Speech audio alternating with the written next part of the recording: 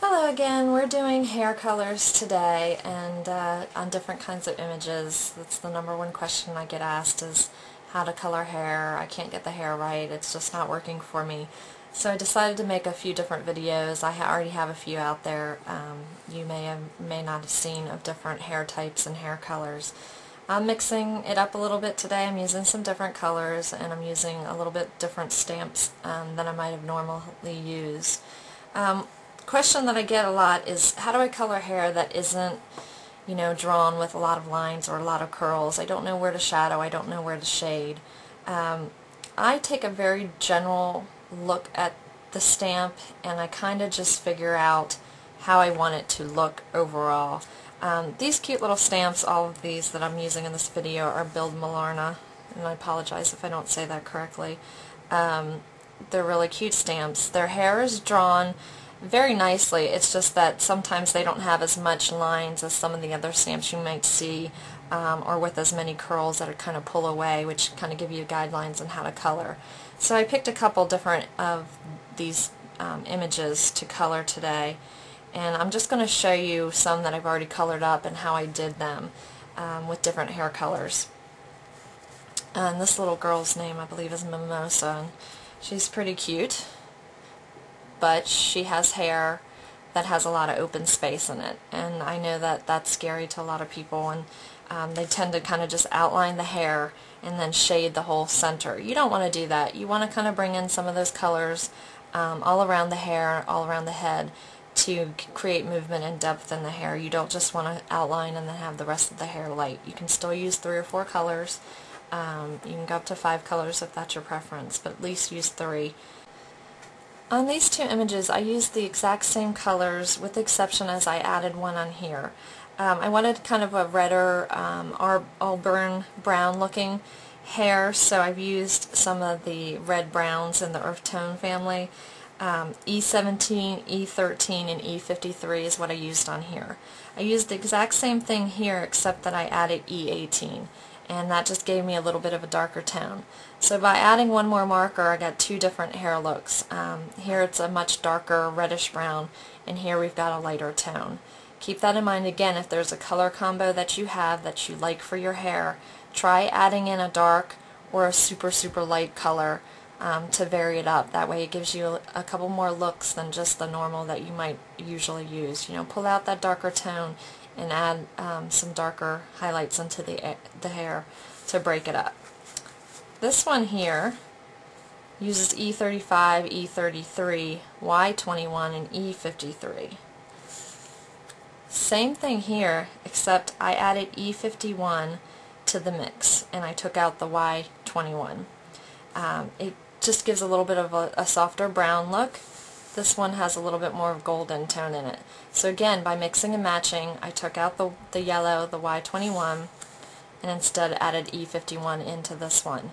Again, look at your color combos that you use and see if you can play around, take one color out, add a different color. It'll give you a lot more variation in your hair colors so that all your images aren't looking the same. If you want them all to have the same hair color, that's fine. I have no objection over that whatsoever.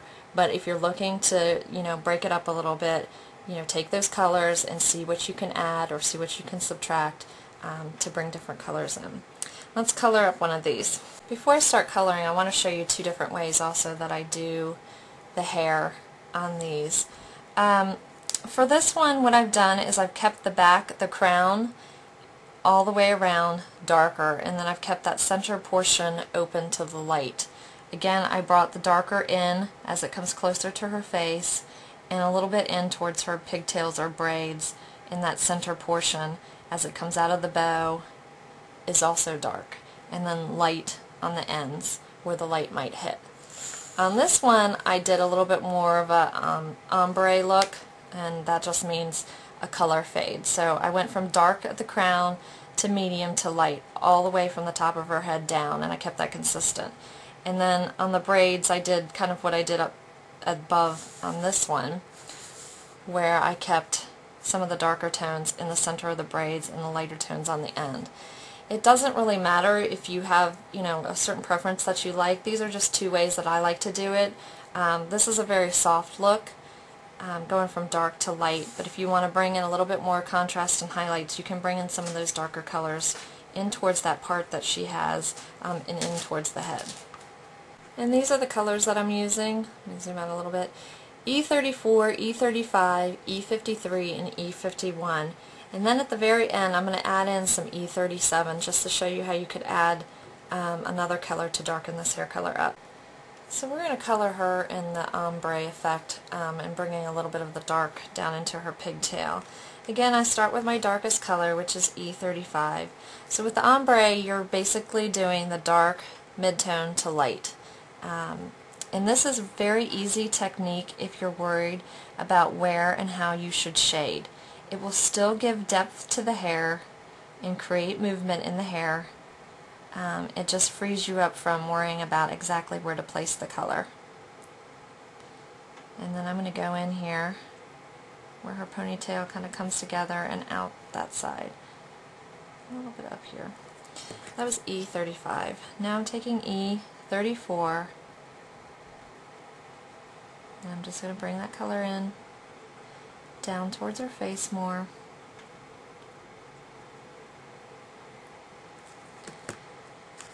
E53 is my next color. Remember, I'm just touching the edges of what I've done. I'm not coloring all the way to the top with this color. When you color a lighter over a darker, what happens is it works like a colorless blender and it can move the color, change the color, and then create weird lines in your work that I know you don't want. So remember, just touch the edges. You only need to blend the edges. And this is E51 that I'm using last. I'm just laying my color down and then I can go back in and I can darken everything up. So starting with my E35, I use kind of like little lines when I'm doing this. They're easy to pick up with the next color instead of the circles. The next color would be E34. Again, I'm just pulling little lines right over those edges of that E35. E53 is my next color. E50 is the next color. And this one I'm just blending. And I want to add a little bit more darkness down here, just for a little bit more of a contrast. And then I'm going to take, E53 and just blend that out a little bit more.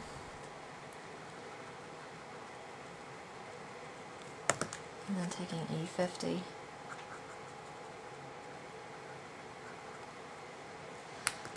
and then I'm going to take that E34 and I'm just going to run that color back up to pick up any spots that I might have missed. Same thing with the E53. Just pulling it down.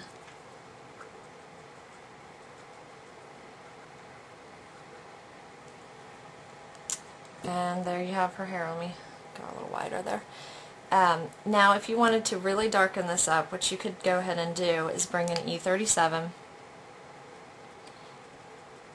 and you could just bring this darker tone in a little bit more and using that 35. You're basically just bringing those darker colors down farther into the hair. This is E34. And then E53. And there I've eliminated the E50. I've colored right over it.